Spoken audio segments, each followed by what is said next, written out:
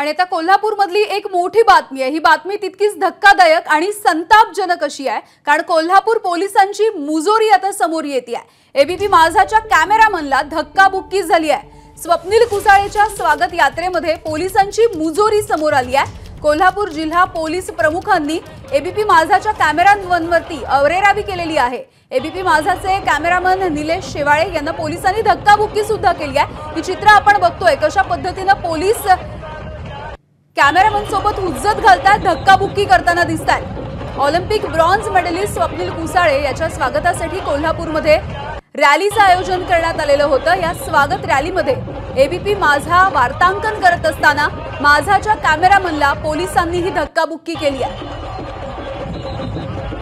आणि याविषयी बोलूयात, आमचे प्रतिनिधी विजय केसरकर कोल्हापूरमधून जोडले गेलेत। विजय, काय नेमकं घडलंय? पोलिसांनी अरेरावी केली आहे।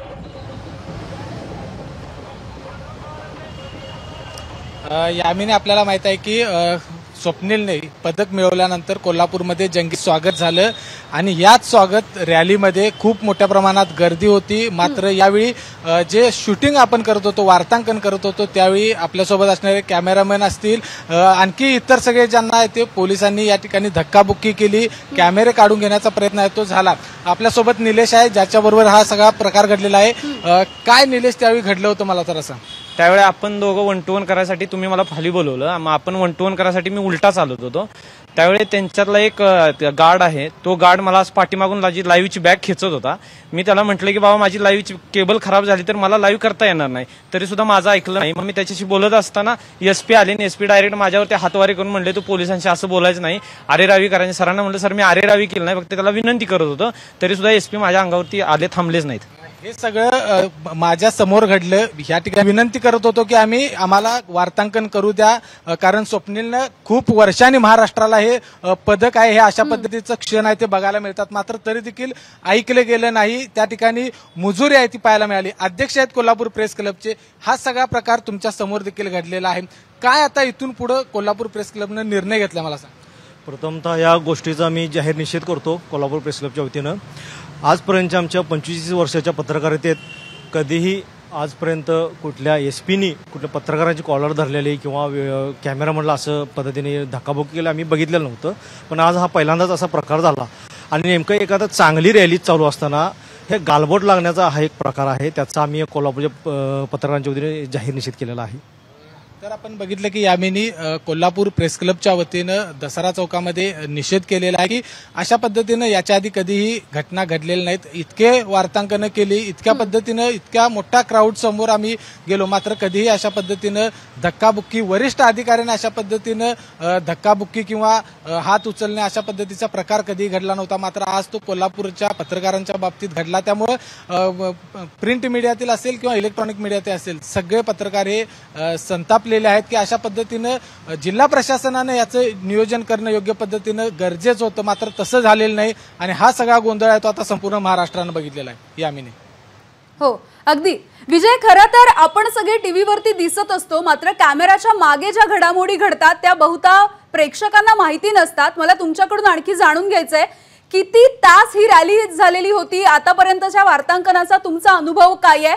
किती किलोचा हा कॅमेरा असतो? इतका जड कॅमेरा आपल्या खांद्यावरती सावरत इतक्या माणसांमधून जाऊन जी हवी ती एक्सक्लुझिव्ह चित्र, जी दृश्य असतात ती टिपून घ्यावी लागतात, आणि असं असताना पोलिसांची ही अरेरावी समोर येते।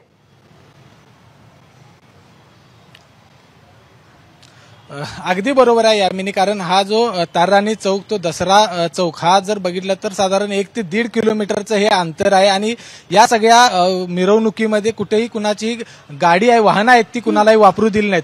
आणि ज्यावेळी ही रॅली कव्हर करत असताना आपल्याला माहित आहे की रिपोर्टर जरी समोर असला तरी कॅमेरामॅनला उलट्या दिशेनं चालत जावं लागतं। त्याच्या पाठीवरती लाईव्हची बॅग असते, हातामध्ये कॅमेरा असतो आणि जो ट्रायपॉड आहे हे सगळं एकूण जर बघितलं तर ओझं साधारण 10 ते 15 किलोचं ओझं असतं आणि हे अशा करत करत हे सगळं वार्तांकन करायचं असतं।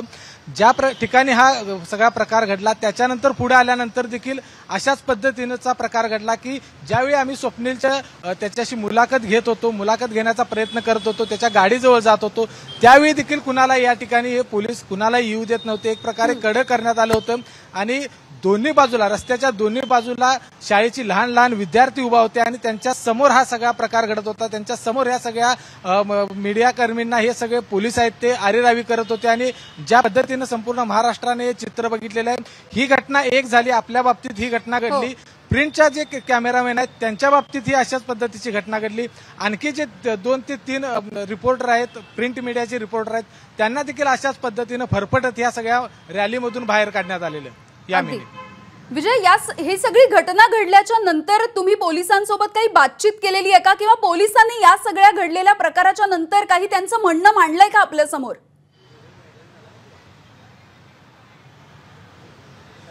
ज्यावेळी हा सगळा प्रकार घडला त्यावेळी दसरा चौकामध्ये ही सगळी रॅली आल्यानंतर आम्ही ही संबंधित जी बाब आहे ती पालकमंत्र्यांच्या कानावर घातली, त्याचबरोबर तिथल्या जिल्हाधिकाऱ्यांच्या कानावर घातली. एसपींना तर ही सगळी घटना माहितीच होती, कारण ते त्याच ठिकाणी होते, तेच या ठिकाणी सगळ्यात अग्रभागी होते.